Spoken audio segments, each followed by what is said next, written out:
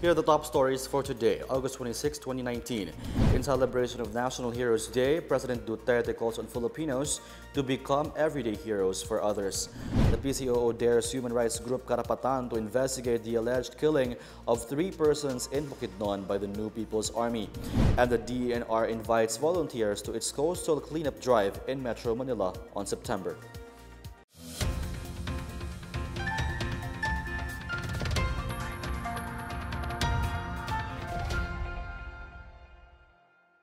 Good day, I'm Rom Dulfo. Welcome to the PNA Newsroom.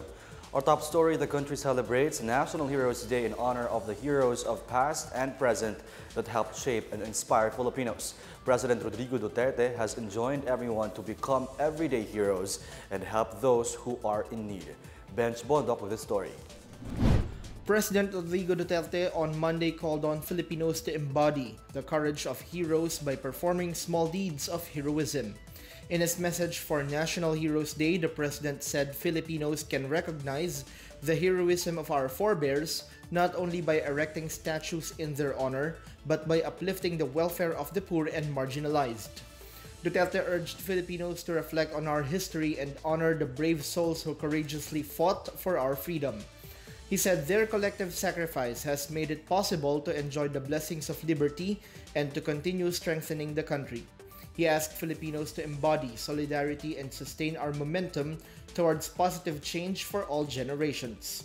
Duterte also called on Filipinos to emulate the patriotism of heroes by supporting the administration's campaign against illegal drugs, criminality, corruption, terrorism, poverty, and environmental degradation, among other nation-building programs. He also reaffirmed his administration's commitment to create an environment where all Filipinos are heroes in their own rights.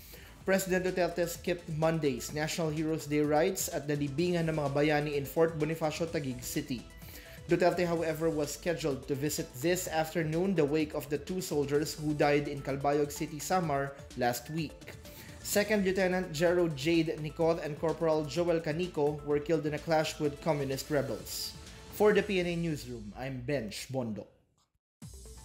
Meanwhile, the Department of National Defense on Monday urged all Filipinos, particularly the youth, to heed calls to serve the country. In line with the observance of National Heroes Day, Defense Secretary Delfin Lorenzana said it is the duty and responsibility of everyone to teach the youth love of country and service to the Filipino people. He points out one good way to instill and nurture love of country is through the ROTC program in our school system. Lorenzana believes ROTC can teach our youths leadership, discipline, and respect for authority and service to country. And while the nation honors the men and women whom have made the ultimate sacrifice for the country's freedom and independence, he said the annual commemoration also reminds every Filipinos that the challenge continues and that everyone must do their share to protect and defend the Philippines' way of life. Senator Nancy Binay cites the need for a full review of the procedure in granting Good Conduct Time Allowance or GCTA to prisoners to avoid reckless errors. In a statement, Binay warned the Bureau of Corrections or Bucor that a simple math mistake in computing GCTAs can directly perpetuate wholesale injustice. This came in the wake of reports that former Calauan Laguna Mayor Antonio Sanchez will be among those entitled to early release from prison under the new GCTA rules set by a June 25 Supreme Court ruling. Binay suggested the law be amended in such a way that the GCTA would not apply to heinous crimes such as massacres and multiple rapes, particularly of children. SC spokesman Brian Keith Hosaka, however, clarified that there is no order to release the former mayor from prison. President Duterte vowed to go after the corrupt workers of the Bureau of Internal Revenue. During the inauguration of a solar power project in Romblon, the President said he would soon be firing BIR officials and employees involved in corrupt activities. This comes after he dismissed 64 BOC personnel over corruption charges. He said when his term ends in 2022, he would want to take pride in saying he never backed out from the challenge of taking on the presidency. Ang korupsyon ay taas. Kaya dito ko binabantayan. Pero yan masabi yung corrupt dyan sa... Well, of course, it affects a lot of Filipinos. checkpoint, customs, BIR. Ngayon, sunod, BIR. The Philippine National Police plans to send some police officers to foreign language schools in order to expedite the processing of cases involving foreigners, particularly Chinese nationals. More on this and other news around the metro from Bench Bondo. The rise in casino-related kidnapping cases involving Chinese nationals prompted the Philippine National Police's plan to send some officers to foreign language schools. This is to aid them in the post-operation investigation and filing of cases, as well as intelligence gathering and case build-up against Chinese suspects. The PNP Anti-Kidnapping Group attributed the rise of casino-related kidnappings to the presence of Philippine offshore gaming operators or POGOs, which are now employing more than 200,000 Chinese nationals. In other news, the first Marikina Shoe Trade Fair opens in Davao City in time for the celebration of Kadayawan Festival. Members of the Marikina-based Philippine Footwear Federation Incorporated joined the momentous event, as well as 71-year-old Orlando Tatay Orly Santos, who made the shoes worn by President Rodrigo Duterte in his State of the Nation address. Marikina Mayor Marcelino Chodoro expressed optimism that the opening of the store at the Pasalubong Center in Davao City will boost the industry of the country's shoe capital. Meanwhile, the Department of Agriculture encouraged rice farmers to avail of the government's one-time loan assistance. Agriculture Secretary William Dar said the government will start receiving applications for one-time zero-interest loans on September 1 until December 2019. Rice farmers who are tilling 1 hectare lands and below may avail of the 15,000 peso loan payable up to 8 years. Individual farmer borrowers can get as high as 1 million pesos loan, while the cooperatives can borrow up to 5 million pesos at a 2% interest rate. For the PNA Newsroom, I'm Bench Bondo. Still to come, the PCOO dares human rights group Karapatan to investigate the alleged killing of 3 persons in Bukidnon by the New People's Army. The Department of Agriculture eyes to position Mindanao as the food basket of the Philippines. More on these when the PNA Newsroom continues.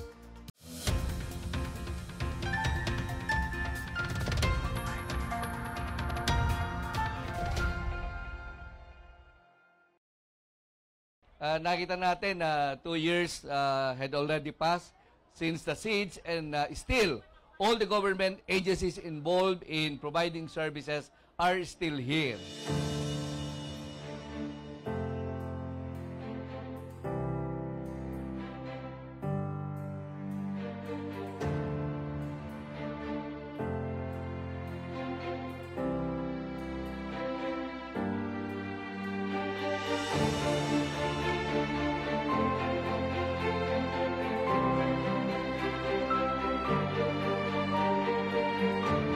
Di Panamara nagyang kaya most affected area sa roka noron makapupuon na magaan na kapakambali tano na makambalingan tanoron kaan di kanu tantop karasay.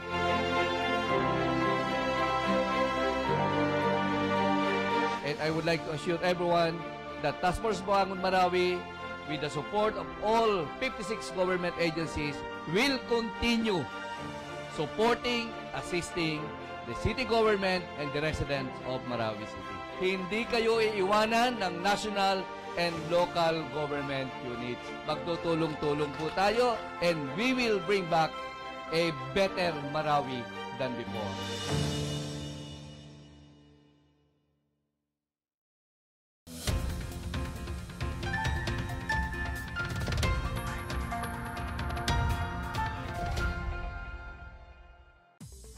The government is challenging human rights group Karapatan to investigate the execution of 3 missing persons in Kitaw-Tao, Bukidnon.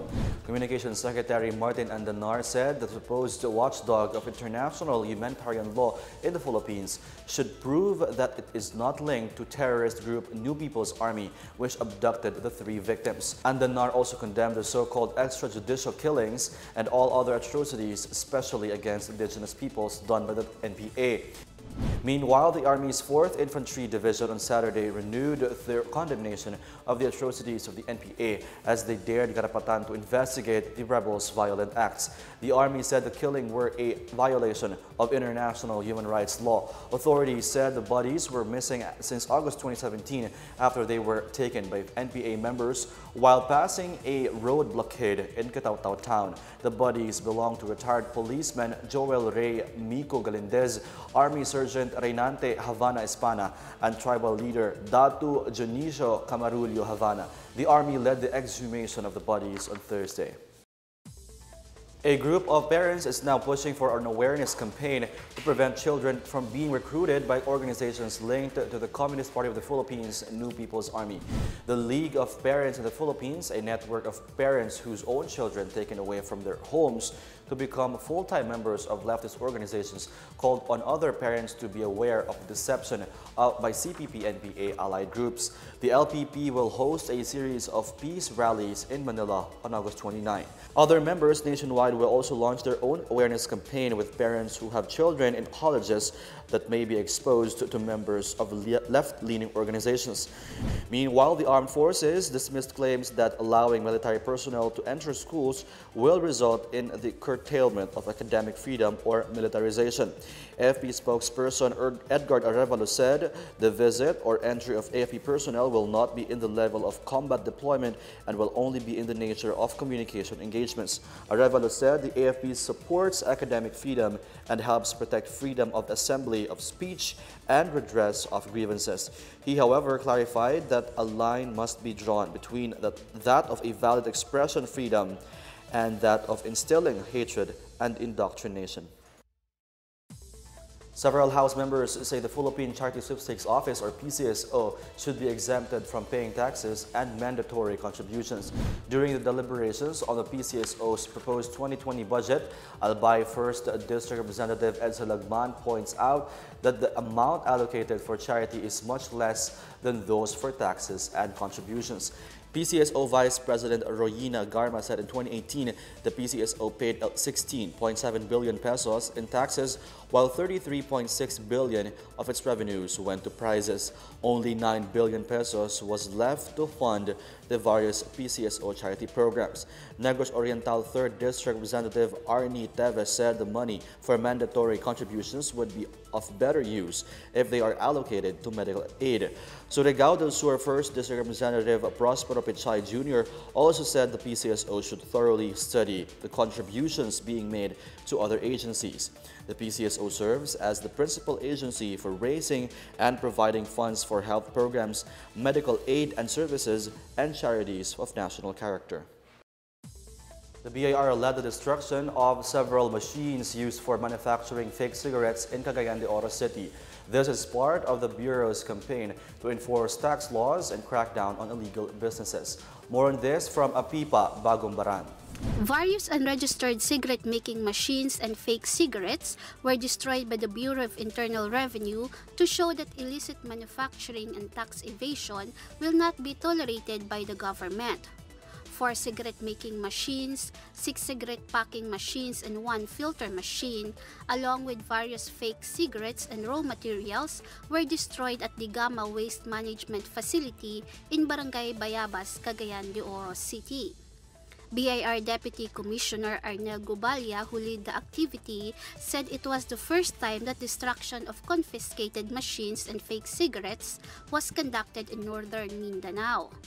He said the destruction will send a clear message that the government is not sleeping on its job to curb illegal manufacturing. With this, we can stop the production of this, and therefore we can collect the right taxes, because we need these taxes for our build project. The tax being the lifeblood of the government, then government cannot function without these revenues. BIR Revenue Region 16 Regional Director Nuzar Balatero said the items were seized in joint operations conducted by the BIR Strike Team, Regional Investigation Division, Crime Investigation and Detection Group, and the National Bureau of Investigation in warehouses located in Villanueva, Misamis Oriental, and Barangay Cugman and Alwana Park in Cagayan de Oro. We are doing this activity to show that the BIR is really serious and our operations of collecting the correct excise taxes. May this be a warning to all those who are perpetrators in these illegal activities. Balatero also thanked the private sector, especially Philip Morris, for cooperating and joining forces with the government in fighting manufacturing of fake cigarettes and tax evasion. For PNA Newsroom, Apipa Bagongbaran of Philippine Information Agency, Cagayan de Oro. The Department of Agriculture is eyeing Mindanao to be the food basket of the Philippines and will be given its due share and priority for this purpose.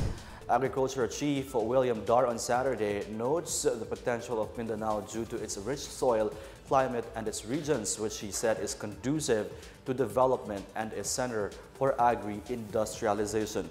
He adds DA works in tandem with Department of Trade and Industry, not only on improving productivity, but also the increase in the income of farmers and investors in the area.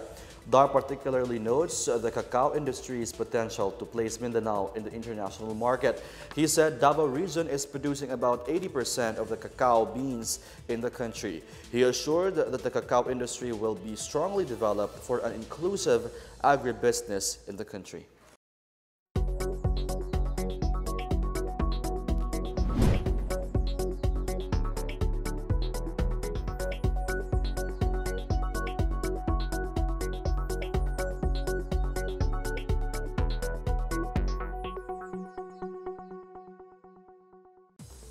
The Mindanao Development Authority seeks to boost trade relations with Papua New Guinea.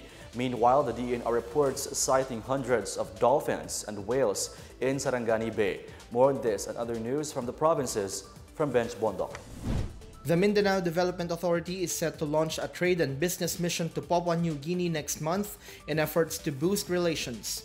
Minda Chief Manny Piñol said he is leaving for Papua New Guinea from September 3 to 9 to explore business partnerships.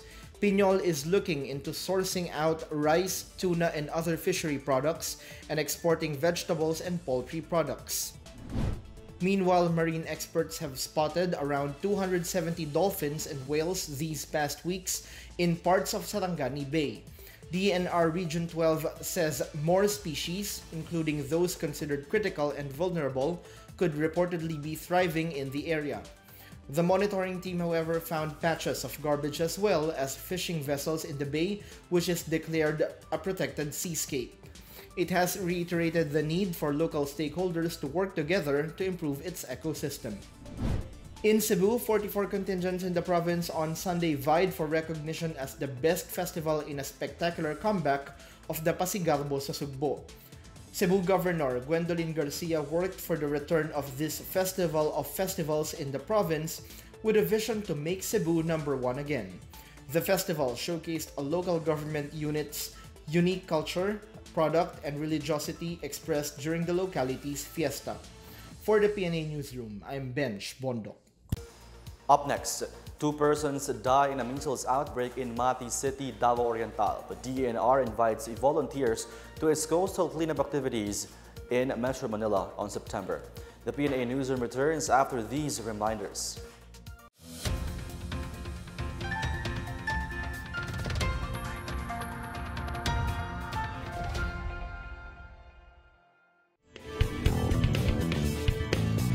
Amidst reports of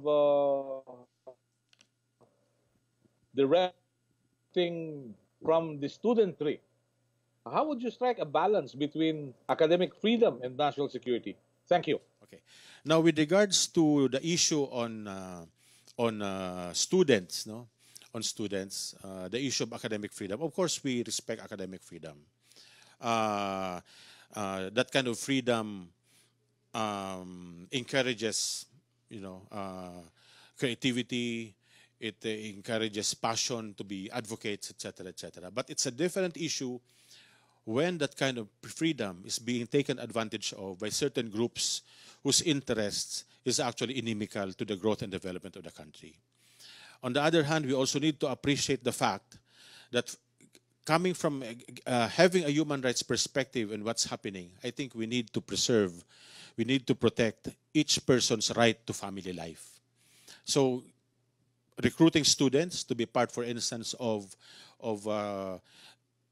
students in advocacy groups is not per se bad. No, I think that's part of the education that we have. Everyone was at some point in our lives have had very strong advocacies, especially when we were students. No, but for that advocacy to be translated into violence, into rebellion against the state, that is something very much different.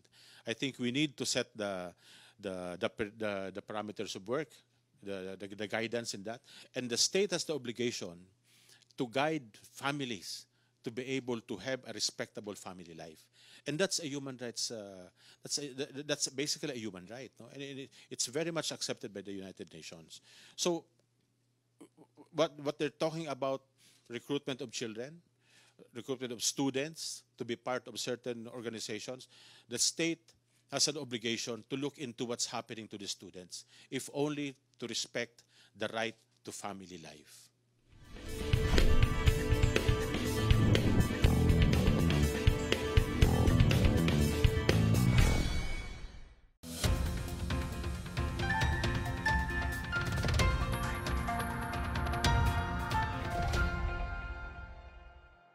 A measles outbreak occurred in Mati, Davao Oriental, which left 2 children dead. The 2 fatalities were from Barangay Don Salvador Lopez in Mati City, Davao Oriental. According to the city's information officer, Ben Tishorna, the measles infection started on the 4th week of July this year, and only 2 out of 24 cases were brought to a hospital for treatment. This is because the other 22 are members of the religious group, which is said to be against seeking medical treatment of any kind. Mati City Health Office personnel conducted house-to-house immunization in the affected barangay on Friday following the death of these 2 kids. Meanwhile, the Department of Health in Calabarzon area reported 75 cases of leptospirosis with 12 deaths. The leptospirosis disease is transmitted through skin abrasions while walking in moist soil, rice fields, and sugarcane plantations contaminated with the urine of an infected animal like rats. Leptospirosis can cause a wide range of symptoms such as fever, body chills, headache, and pains in the thigh, muscles and joints, redness in the eyes, skin turning pale and yellowish, and difficulty in urinating. In efforts to clean up Manila Bay and other parts of Metro Manila's coastline, the DENR calls on volunteers to join its coastal cleanup activities scheduled next month.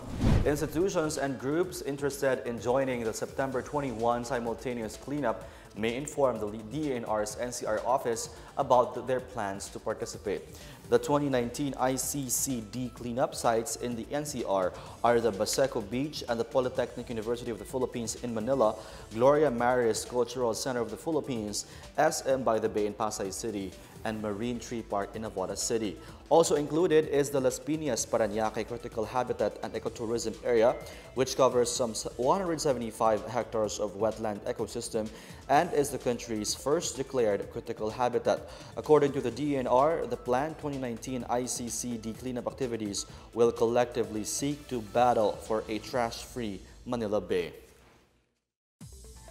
In our foreign news, the fires that struck the Amazon rainforest have become a major topic of concern at the G7 meeting in Biarritz in southern France. French President Emmanuel Macron said Sunday that world leaders at the summit have agreed to help the countries affected by the fires. U.S. President Donald Trump and British Prime Minister Boris Johnson had earlier offered assistance. Pope Francis on Sunday also voiced concern for the rainforest, which he described as a vital lung for the planet. Under increasing international pressure, Brazilian President Jair Bolsonaro on Friday authorized the military to battle the massive blazes. Environmental groups have blamed the wildfires in the rainforest on cattle ranchers and loggers emboldened by the pro-business Bolsonaro. The World Health Organization calls for further research on the health impacts of microplastics. Based on their limited knowledge, microplastics pollution is present even in drinking water. Another research finding discovered 10,000 plastic particles per liter in the Arctic, which fall out with snow. The WHO also stressed the need to prevent rising plastic pollution around the world. Water supply prospects in service areas in Luzon have become brighter as Angat Dam's water level is likely to reach or even exceed its 180 meters minimum operating level by the end of this month.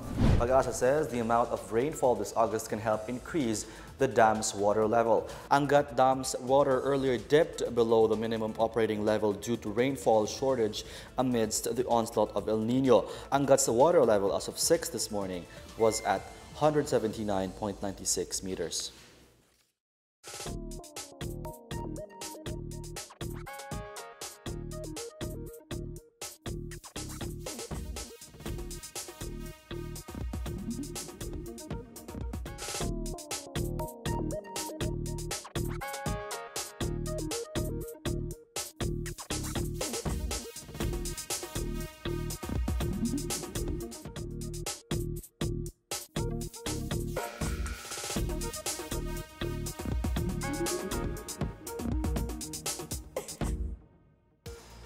Here's another look at today's biggest stories. In celebration of National Heroes Day, President Duterte calls on Filipinos to become everyday heroes for others.